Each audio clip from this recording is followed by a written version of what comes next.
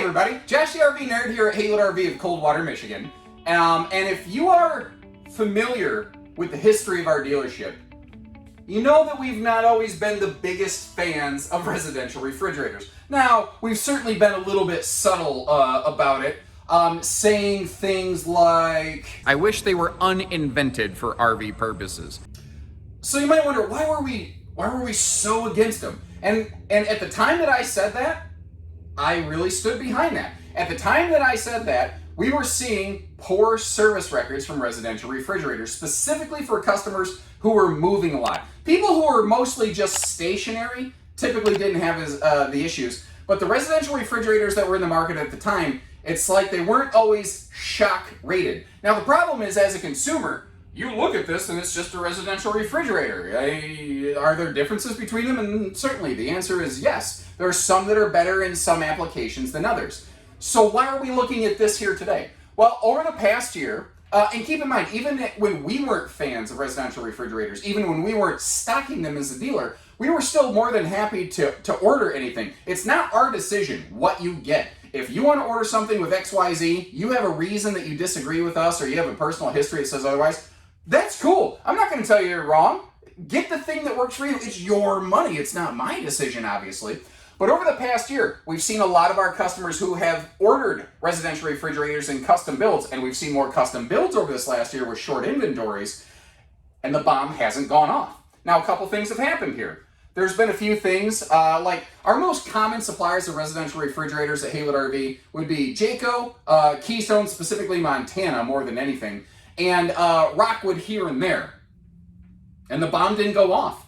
We sold plenty of residential refrigerators last year to customers all over the nation, some which are towing, some which are parking, and the bomb hasn't gone off. We haven't had the big service nightmare, and folks, for years, it was a service nightmare. You'd have a unit here that was crippled. We had to rely on third-party techs to come in and work on these, because that's the thing, RV dealerships typically can't just work on these. But we've seen where we haven't had to work on these for about the past year and a half. New suppliers have really kind of taken over, at least from the brands that we carry at Haylett RV. Like this is a Whirlpool over here. It's been working a lot better than some of the stuff that we saw in the past. Another thing here, like we're specifically in a Jayco right now, as if the modern farmhouse decor didn't kind of give it away. But Jayco worked with their residential refrigerator supplier, again Whirlpool in this case, and on the back of the fridge from the outside there's a service access panel. So the refrigerator doesn't need to be dislodged to get to the back of it. You don't have to dislodge this island that you can't really see, I suppose. But some of these fridges couldn't be pulled out of the slide without removing the island from the floor. If you had to remove it, you either had to take out a whole window, which I hated the idea of breaking factory seals to slide something out the window. The only other option, though, is you literally had to take the entire slide out of the RV, which means you had to remove the fascia, and inevitably a piece of fascia would break when you do that. You understand why I'm saying it was a service nightmare. Now, I didn't always go out of my way to share a lot of that information. If somebody asked, I'd absolutely put it out there. And that's one of the reasons I want to put this video out here today. I've been very vocal in the past of why I didn't like these and what they weren't good at.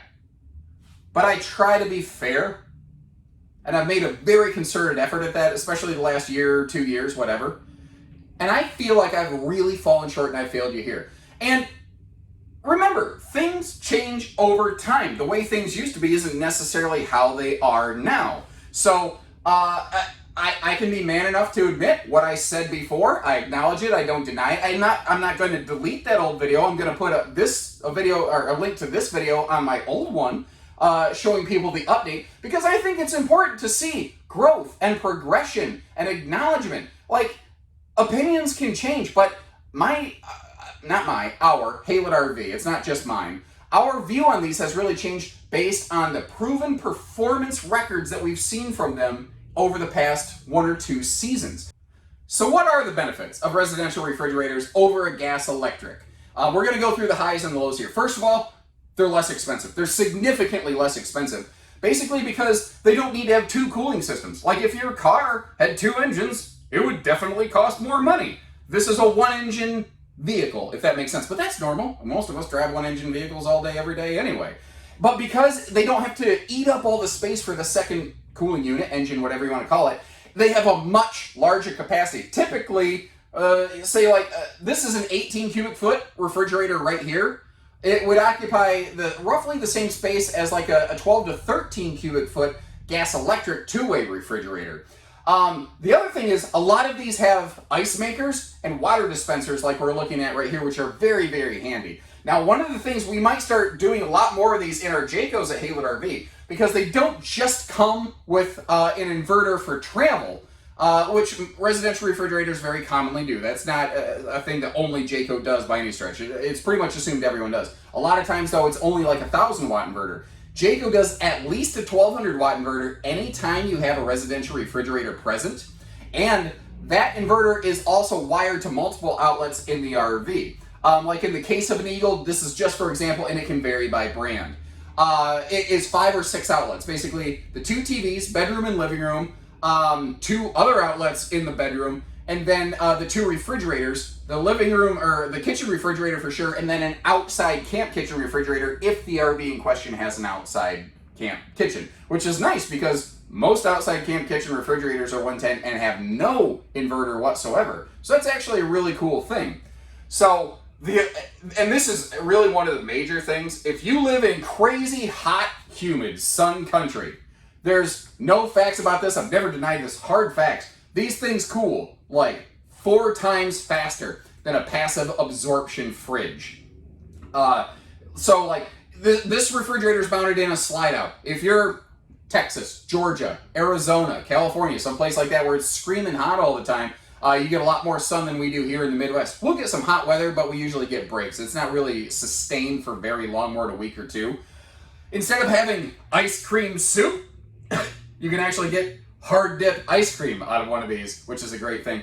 And one of the other major aspects of these is that they're completely travel safe and they don't need to be like dead on level to operate properly. A gas electric absorption fridge, you theoretically could operate it in transit on propane. There's some states where that's illegal, or if you're going through tunnels or ferries, that's not legal. In a lot of states, it is still legal. You just have to make sure you shut it off when you go to a gas station. But a lot of people have also concerns about the fact that when you're on propane mode going down the road, there's actually a flame element under the refrigerator that hits a cooling unit that reacts by getting cold instead of hot. Like there's certain gases that just react funny that way. That's how a propane burning fridge cools things. It's a weird system. So they're less expensive, they're faster cooling, they often have the extra accessories. There's the travel safe functionality, things like that. There is one area though that these just still are absolutely not the best at, and that is boondocking off-grid use. These are the highest power draw refrigerators out there. So it has an inverter, sure, but you're taking 12 volt little power into 110 household big power. You are really sucking that battery dry very quickly. And a common battery, within a matter of hours, you could completely deplete. And if you take a common, like lead acid or AGM battery below 50% charge, you're damaging the battery. Now, lithiums will give you more capacity for sure, but if you want to use a residential refrigerator while boondocking, you better have massive solar potential, like over thousands and thousands of dollars of solar, or a portable generator or something like that. So it's not that it can't be done, it's just that you got to make some serious plans ahead to do that.